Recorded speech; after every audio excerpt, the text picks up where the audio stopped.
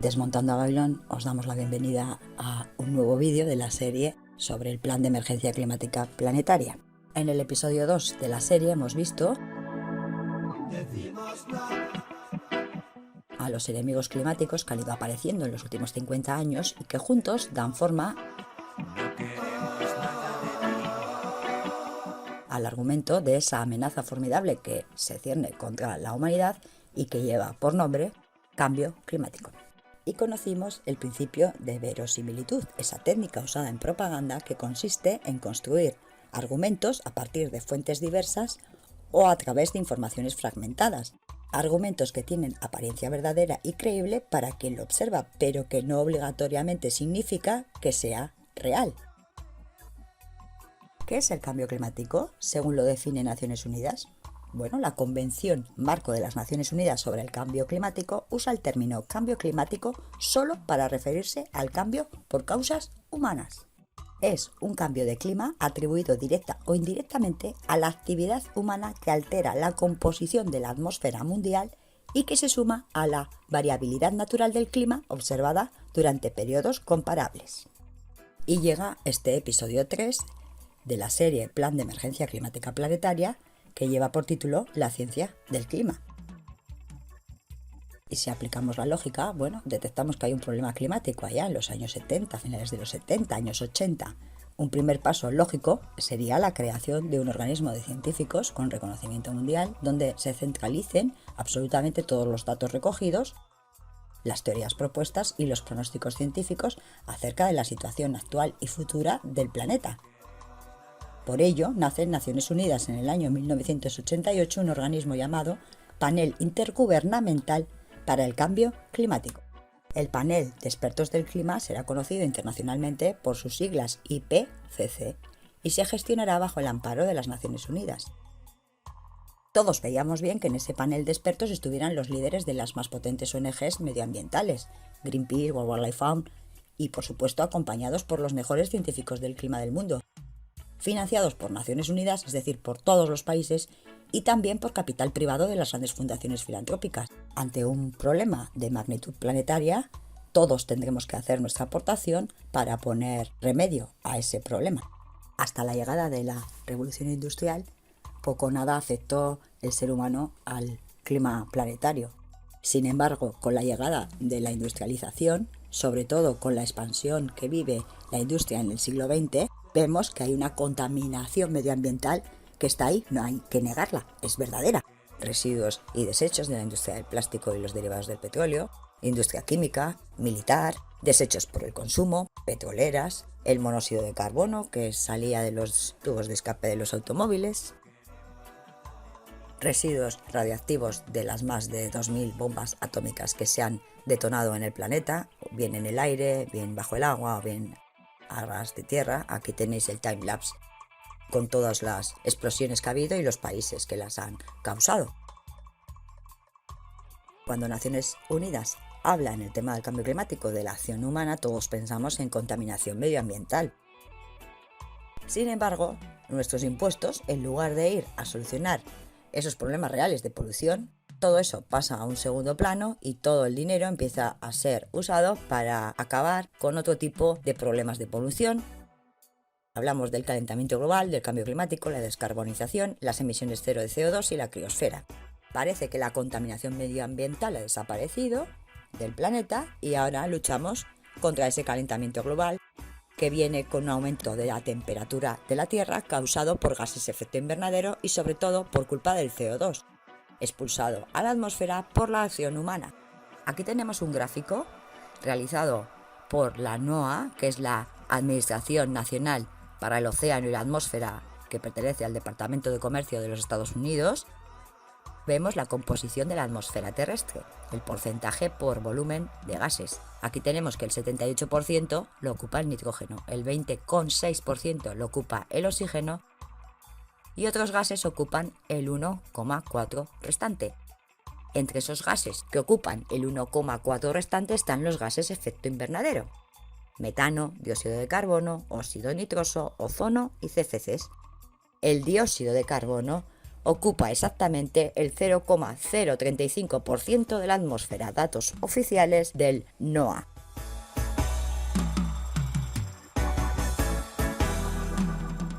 ¿De dónde salía el argumento científico de que un aumento considerable del CO2 generado por la acción del hombre provocaría un alarmante aumento de la temperatura global de la Tierra? Y descubrimos la teoría del CO2 de Roger Rebel. Nos lo va a contar John Coleman, quien fue primer meteorólogo de las noticias de Estados Unidos y fundador del primer canal por cable de meteorología. Que puso la moda del calentamiento global. La que comenzaron. Y entonces Rebel se convirtió en un hombre poderoso. Como consecuencia de eso, su ciencia fue usada a lo largo del mundo por otros científicos. Y empezó una campaña para establecer un campus en la Universidad de California, colocalizada con el Instituto Oceanográfico Scripps en La Joya, en California. Fue una apuesta muy fuerte y adivinar lo que pasó. Bueno, se ubicó allí, pero algo ocurrió. Rebel sufrió la peor derrota de su vida y no fue nombrado director de esa universidad y eso le dolió. Hizo un movimiento repentino. Él cambió su vida, empaquetó sus cosas y se fue a Harvard, donde comenzó el Centro para los Estudios de la Población. Así que, ¿qué tiene esto que ver con la historia del calentamiento global? Ese primer año, uno de sus estudiantes fue este joven hombre, Al Gore. La única clase de ciencia que tomó Al Gore. Rebel no recuerda haberle tenido a él en clase. Él clamaba que la Tierra estaba siendo desafiada por la quema de combustibles fósiles y fue elegido para el Senado americano, donde condujo diferentes charlas y llevó a científicos y extendiendo el miedo al calentamiento global. Entonces es cuando el dinero comenzó a fluir desde el gobierno hacia la investigación. Y eso es la trampa de Booby. Comenzaron billones de dólares de los fondos del gobierno a salir hacia esas organizaciones y universidades y otros grupos de investigación a lo largo de todo el país. Y llevan todos por detrás esa queja del calentamiento global que Al Gore estaba promoviendo con su investigación. Y las investigaciones comenzaron a apilarse. Si tú eras un científico joven, no tendrías otra alternativa. No sabes lo que quiero decir. Estarías fuera de tu trabajo, perderías tu trabajo, tu coche, tu familia, te quedarías en la calle, así que tienes que apoyarlo. Así que aquí está, el hombre que comenzó la campaña del calentamiento global. Él incluso escribió un artículo que fue publicado en la revista Nueva Ciencia titulado Cosmos. Y él hizo equipo con el profesor Fred Singer para escribir ese artículo. Y ese artículo se tituló ¿Qué hacer ante el calentamiento de los gases de efecto invernadero? Echa un vistazo antes de que te lances. Y el artículo concluía: las bases científicas para un calentamiento por los efectos de los gases invernadero es demasiado incierto como para justificar acciones drásticas por el momento. ¡Wow! El hombre que empezó todo. Bueno, ¿y cómo reaccionó Al Gore ante esto? Bueno, yo ya he tomado mi decisión. Rebel está ahora senil, así que no le pongo atención a eso. El debate se ha terminado. Y tú le has estado oyendo durante 20 años. Nosotros perdimos a Roger Rebel. La lucha deberá continuar sin él. Y después de que murió, su familia se unió con la gente de Scripps para hacer de él el padre del calentamiento global.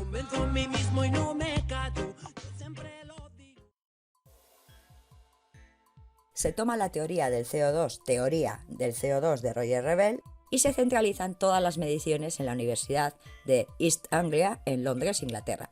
Allá se van a instalar los ordenadores más potentes para hacer simulaciones informáticas que mostrarían los posibles futuros para la humanidad en base a los datos introducidos. El IPCC trabajaría mano a mano con esta universidad para hacer esos pronósticos. Obtenidas estas simulaciones, hay informes por parte del IPCC que se usan para preguntar a los científicos del clima si están de acuerdo o no con postulados escogidos según esas simulaciones y ¡voilà! Aparece la ciencia por consenso. Recordemos lo que era el principio de verosimilitud usado por la propaganda, a ver si se le puede aplicar a este chiste sobre el IPCC. Que levanten las manos quienes crean que los gases de efecto invernadero y el CO2 no tienen efecto en el cambio climático y por tanto todos necesitamos buscar nuevos trabajos. ¿Lo cree alguien o tenemos consenso? Lógicamente tienen consenso. Ciencia por consenso. Parece impensable dejar de lado criterios que disientan de la teoría oficial, parece imposible que no haya debates, parece imposible no aplicar el método científico que demuestra un proceso o lo refuta. El IPCC prefiere ese consenso, que no es ciencia realmente, empieza a ser creencia. ¿Y qué se utiliza para llegar a ese consenso? ¿Cómo se llega a ese consenso de científicos del clima? Para ello se utiliza la técnica de prospectiva Delphi, cuyo nombre hace claramente referencia a Delfos, el famoso oráculo griego. El método Delphi es una técnica de predicción que obtiene y refina las apreciaciones de un grupo de expertos sobre un problema complejo.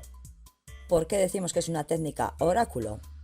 Solamente toma los datos medidos sobre una variable rechazando todo el pasado no medido y mediante simulaciones crea escenarios de futuro que expone a los científicos de la disciplina académica que corresponda. ¿Y qué hacen los científicos? Pues responden a una encuesta o cuestionario y se acabó. Tenemos que tener en cuenta que el cuestionario es diseñado por quien financia la encuesta, que los encuestados serán seleccionados por quien financia la encuesta y que se envían rondas de preguntas seguidas y se van descartando a quienes se alejen por defecto o por exceso de la hipótesis de trabajo presentada. En cada ronda de preguntas se descartan encuestados y finalmente se llegan a unos resultados que son evaluados y se extraerán las conclusiones oportunas. Por eso cuando nos dice el IPCC que el 97% de los científicos están de acuerdo que hay un cambio climático provocado por la acción humana, deberíamos de tener en cuenta que dado que se ha hecho con los métodos de la técnica de prospectiva Delphi, pues ese 97% del consenso puede estar al 100% equivocado. En el año 2007, la conclusión del panel intergubernamental para el cambio climático fue esta: vamos a un calentamiento global del planeta porque el aumento del CO2 en la atmósfera a causa de la acción humana está elevando la temperatura global del planeta. Estamos a las puertas de una emergencia climática de dimensiones planetarias.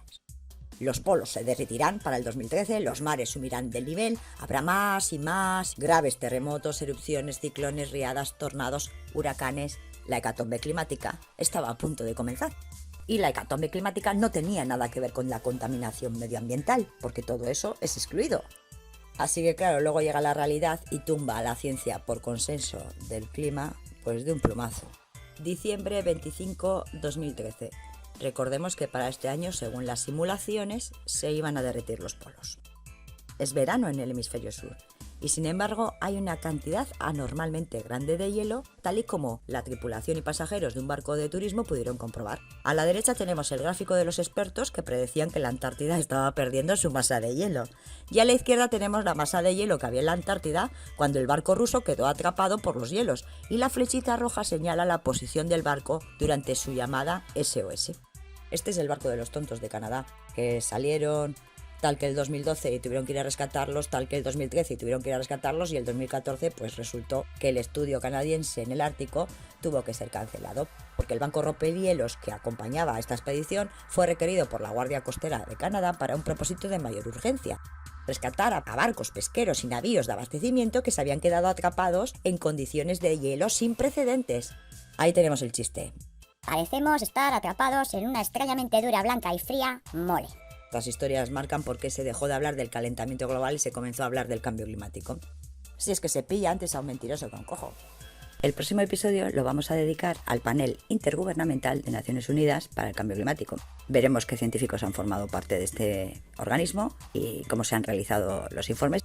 También conoceremos qué es el Climategate, ese escándalo que salpicó al IPCC y a los científicos del clima, y donde los propios científicos reconocieron que habían mentido a la población con sus simulaciones exageradas. Así que echaremos un vistazo a ese informe del 2007, sobre todo teniendo en cuenta que los postulados de este informe del 2007 han sido tomados y ampliados en los informes del IPCC del 2018 y 2019, informes que llevaron al Club de Roma a preparar el plan de emergencia climática planetaria y a su vez han llevado a los países de Occidente y de la Unión Europea a las declaraciones de emergencia climática. De verdad que el informe del 2007 no tiene desperdicio. Bueno, más bien todo el informe es puro desperdicio.